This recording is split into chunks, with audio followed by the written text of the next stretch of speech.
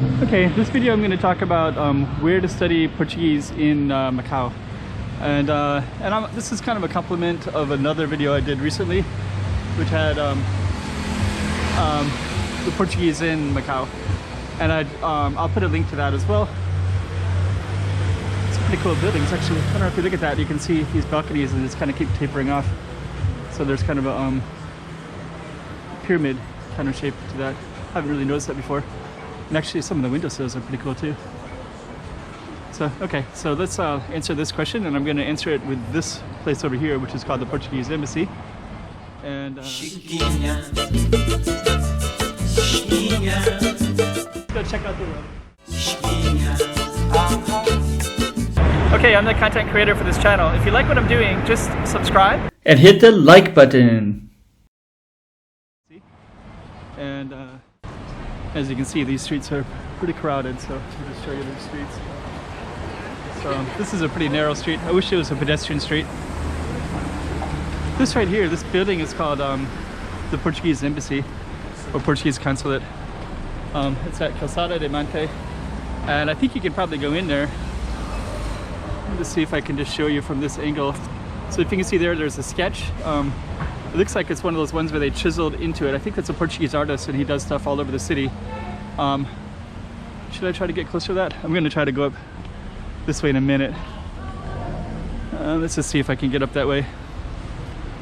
So I think I also had some questions too about how much Portuguese stuff is in Macau. And I've shown quite a few of those. I've actually been around here before, but it's been about 8 or 9 months, and different people view this website at different times. So this one will try to capture some of this, and let's just see if I can get in first. And I cannot. I can't get in. But yeah, that's that mural. So yeah, that artist, he takes like a thing and kind of chips away, and then he creates a piece of art. And there's some of his work all over the city, and he must be from Portugal. And I'm not sure the name of his name, but so this is the Portuguese Embassy, Portuguese Consulate. We'll just kind of do a sweeping view. And you can see the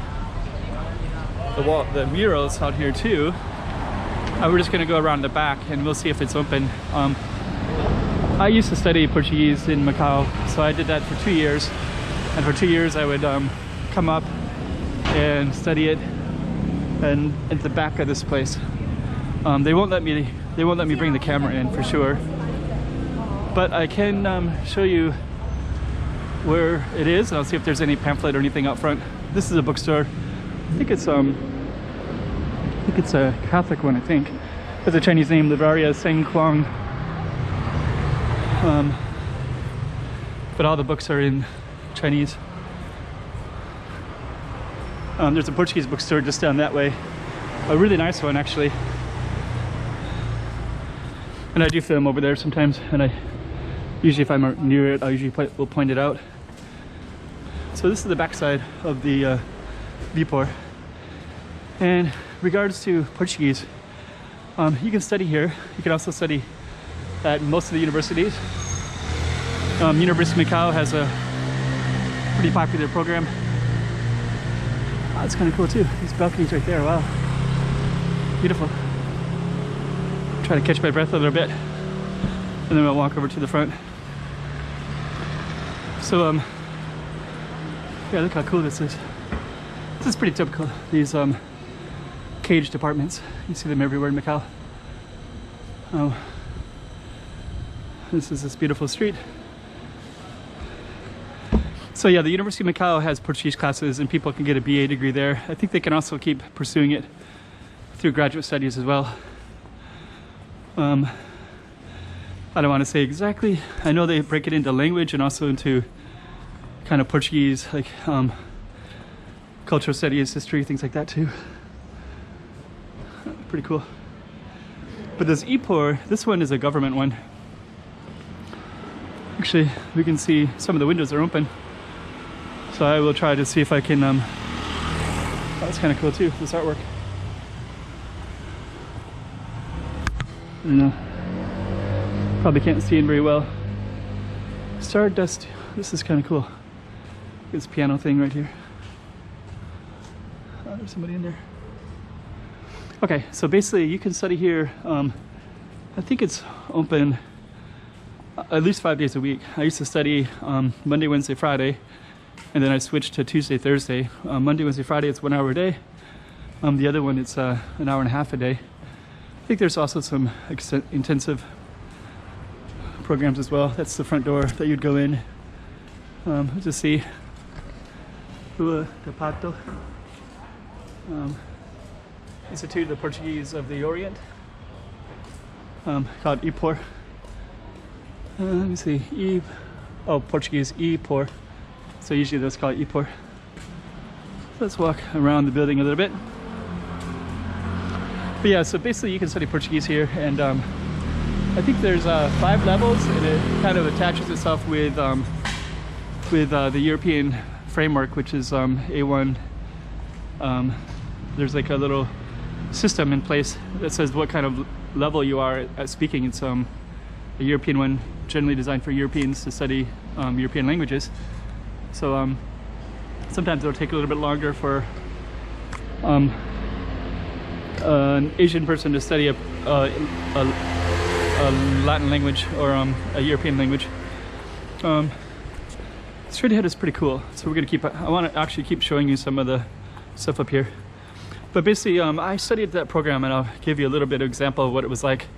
The basic goal of the teachers is they're hired from the Portuguese government, from Portugal, so they get training to kind of teach about the uniqueness of Portugal. So I had to study things like Portuguese fish and just different stuff. That's pretty cool architecture right there too. So I remember one lesson where I had to just study the names of the fish that are in Portugal, which isn't really practical for me. A little bit of my background. I also lived in Brazil for 6 months, so I learned some Brazilian Portuguese. And I also went to South American Spanish-speaking countries where that's kind of a cool little spot right there, where I picked up basically Latin American Spanish.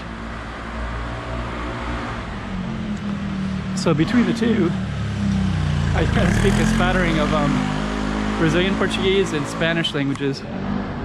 Spanish language, usually more Andean, Colombian, Peru, Ecuador. Let me just see what this is. This is a coffee shop. Okay. Coffee shop. So basically, when I was studying Portugal here through IPOR, all the teachers are almost always from Portugal, which is pretty cool. I like that a lot because there's a lot of Portuguese people, mostly from Portugal, and I like them. But I also like Brazil, and I like a lot of different places. But it's interesting because they usually will want to teach you the Portugal way of saying things, and kind of quick to point out. And a lot of it is the training. So the training is because Portugal is a small country, Brazil is a massively large one, and they basically want to promote Portugal. That's what their goal and intention is anyways. So, but actually that's not a bad thing. It's just interesting because I'm used to the Brazilian one, and I know some Brazilian words, and they're not actually the same in Portugal sometimes. So that's kind of interesting. This is, I think somebody was asking me about Portuguese influences. This is another neighborhood that has it. There's also some really cool stuff up there, but I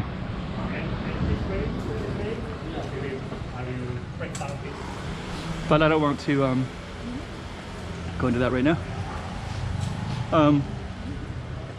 That's that kind of artwork. Cool. Looks really cool. Yeah, this shirt says the Anti-Social Social Club. It's a really popular shirt everywhere in Macau. Anti-Social Social Club, you see it everywhere. Okay, so Portuguese, the other thing that I noticed too is the way they teach language is usually through English. So it's pretty cool. Pretty colorful. Vintage. That's really cool. I don't really see very many vintage places in Macau. Some cool stickers too. That's interesting. Oh, that's cool. Beatles Yellow Submarine. Wow. Should go in here and explore. Wow. I like it. Wow, look at that. That's cool. So basically when you study here, I was the one English speaking person. So actually I met a Portugal comedian from Portugal. So he was here as a guest and speaking about Portugal. And it's kind of funny because we're gonna open up this other really cool spot. This is an amazing area right here. This is really amazing in this area too. It might actually be, there's a lot to see around here. We'll just go up to this yellow building and I'll try to conclude up here. We get to see a little bit more of Macau. I haven't filmed over here in quite a while. Over here, over that yellow building over there, that's where they filmed that one song from that Korean song. I can't remember the name. My Face. They filmed it on that street over there. Kind of looks similar to this one, but this one is like oozing with character. Anyways, when I studied Portuguese in Macau, it was I had teachers that used English, so I was the one foreigner. So the comedian was like, "What are you doing here? You're American? Are you some kind of spy?" You know, just kind of making some comedy jokes, and it's kind of funny because there really wasn't any reason for American to be there. Basically, when they study here at Ipor, they're almost all people trying to get a government job. Oh, this is closed. Doing all kinds of reconstruction. It must be closed because of the coronavirus. Yeah, this is a beautiful little courtyard in here. I was going to show you that. Yeah, it's too bad. It's closed. Okay, I'll just talk and kind of show it a little bit. So anyways, he kind of made a joke. "Are you CIA? You know, like trying to get into Portuguese Embassy, and you know, what are you trying to do?" Can't remember his jokes, but he had a few, and I said, "Yeah, I am." And he kind of looked at me like, "Ooh, dang." Are you? Or are you not? Of course I'm not, of course. But I went with a joke and I just kind of left it in the open like that. Okay. So yeah, this actually is a pretty cool spot. There's another spot up there that's also, there's just so many things around here.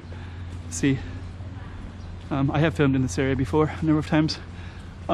There's the name right there, Albergues.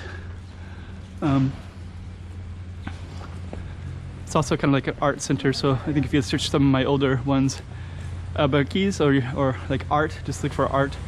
Somehow there's a lot of art stuff that takes place here. Halloween was here too, so I've definitely filmed this spot.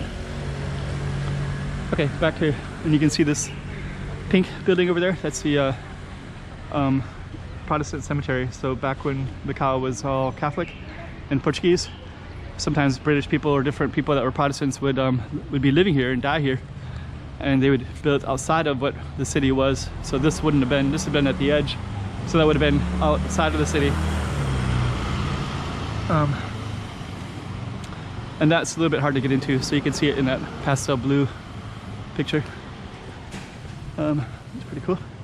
So anyways, as an American, I was probably the only one. Almost everybody is studying for the government test to be able to work in the Macau government in some kind of law-related capacity. They're required to have a certain Portuguese level. So, so when I was in the classroom, it was basically me. This is a Jesuit diocese, college diocese of San Jose. So really cool buildings around here. So you're also going to get an idea of what all the Portuguese looks like as well. We're just going to walk down a little bit more. So anyways, when I was there, the Portuguese teachers, they didn't know Chinese, of course, and they should just use Portuguese, and everybody should be at the same starting point with Portuguese.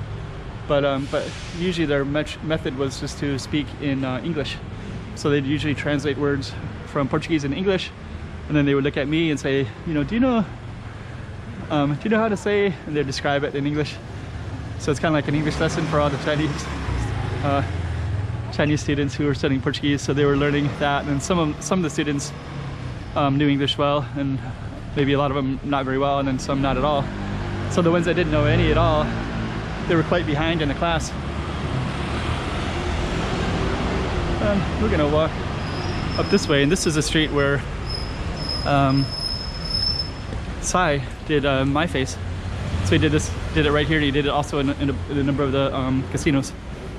Venetian casino in particular. And so this is that spot right here. Pretty cool little space actually. So we're just gonna walk up it. So anyways, so usually they would speak to me in English, and they would try to describe it in English, and then I'd say, oh, is that this word? And they're like, yeah, that's what this Portuguese word means. It's that one. And I would give them the English word for it, and then they would write the English word on the board. So everything was you know, like Portuguese word translated English word. And we almost, at least the teachers that I had, we didn't really speak or practice much. We just basically learned vocabulary. Little courtyard in here. I'll just show you this real quick. Looks pretty cool, right? It's pretty common in Korea. Lots of little, or Macau, lots of these plazas like this. So that was basically the way they would teach it, but different teachers are there and different people teach it in different ways, but that was kind of the way that it was in my class anyways. Yeah, and then the students, they weren't really that interested in speaking anyways. So they basically just wanted to, they just liked the homework a lot, so they would do like grammar exercises a lot, and then we would have a test. It was based on speaking, listening, reading, writing, and they would just completely nail the reading and writing part. They would just study that, but they were really interested in communication. But actually the class wasn't really geared towards communication much, or a little bit grammar, of course, it's always there, but it was more based on like translation of words into English. So it was a little bit hard to, I spent 2 years there, but it's kind of good for me because I was able to practice a lot of the Portuguese I used to know, and but I would kind of fall back on my previous learned things, and I didn't really feel like I was able to really apply it or use it that much in the classroom. I mean, I would use it just to you know, try to find a word that I knew and things like that. Anyways, that's basically this video, so I think I'm going to end it there, and I'll do another video about another topic. But that's basically the experience of studying English, studying Portuguese in Macau. But I would still recommend, it's still probably the best place in Asia to study Portuguese. There are a lot of programs for it. People can get degrees from it. So